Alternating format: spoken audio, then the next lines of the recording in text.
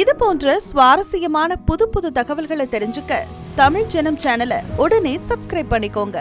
இந்தியாவில் மத்திய அரசை கவிழ்ப்பதற்கு அமெரிக்கா டீப் ஸ்டேட் செயல்பட்டு வருவதாக சொல்லப்படுகிறது. இந்த சூழ்நிலையில் ராகுல் காந்தி தொடர்ச்சியாக தேர்தல் ஆணையத்தின் நம்பகத்தன்மை குறித்து கேள்வி எழுப்பி வருகிறார். ராகுல் காந்தியை தொடர்ந்து எதிர்க்கட்சிகளை சேர்ந்த எம்பிகளும் தேர்தல் ஆணையத்தின் மீது கேள்விகளை எழுப்பி வருகின்றனர். தேர்தல் ஆணையத்தின் மீது எதிர்க்கட்சிகள் முன்வைக்கும் குற்றச்சாட்டுகள் ஆதாரமற்றது. இதே பாணியில்தான் முன்பு பாகிஸ்தானிலும் வங்கதேசத்திலும் ஆட்சி கவிழ்க்கப்பட்டது. எனவே அமெரிக்காவின் டீப் ஸ்டேட் வழிநடத்தலின் பெயரில்தான் இந்தியாவில் எதிர்க்கட்சியினர் செயல்படுவதாக தி தாத்யா உள்ளிட்ட பல்வேறு திங்க் டேங்க் அமைப்புகள் குற்றம் சாட்டி வருகின்றன. அந்த வகையில் கடந்த ஆகஸ்ட் 12ஆம் தேதி கம்யூனிஸ்ட் எம்பி சு வெங்கடேசன் பீகாரில் நடைபெற்று வரும் SIR அதாவது வாக்காளர் சரிபார்ப்பு நடவடிக்கை குறித்து அவதூறு கருத்தை ஒன்றை எக்ஸ் தளத்தில் பதிவிட்டிருந்தார். பீகாரில் சட்டவிரோதமாக பங்களாதேஷ் மக்கள் அதிகளவு ஊடுருவி இருப்பதாக சொல்லப்படுகிறது. ஊடுருவல்காரர்களை அப்புறப்படுத்துவதற்காகவே தேர்தல் ஆணையம் SIR-ஐ மேற்கொண்டு வருகிறது. சு வெங்கடேசன் கூறும்போது, மின்தா தேவி என்பவர் 1900ஆம் ஆண்டு பிறந்துள்ளார்.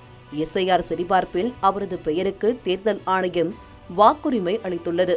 இது எழுத்தர் பிழை அல்ல, இறந்தவர்களுக்கு தேர்தல் ஆணையம் வாக்குரிமை வழங்கியுள்ளது என்று அவர் குற்றம் சாட்டியுள்ளார்.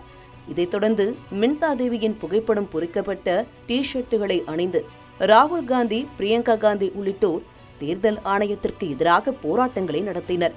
இந்நிலையில்தான் ஒரு உண்மை வெளியானது. மின்தா தேவி என்பவர் போலி வாக்காளர் கிடையாது. அவர் பீகாரைச் சேர்ந்த நிஜ வாக்காளர்.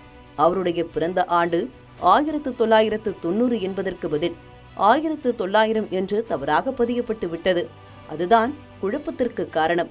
இந்த உண்மையை மின்தா தேவியே ANI ஊடகத்திற்கு பேட்டியாக கொடுத்துள்ளார். மேலும் உண்மை என்ன என்று விசாரிக்காமல் தனது புகைப்படத்தை டி-ஷர்ட்டுகளில் அணிந்து தனது பெயருக்கு ராகுல் காந்தி கலகம் ஏற்படுத்தியிருப்பதாகவும் மின்தா தேவி குற்றம் சாட்டியுள்ளார்.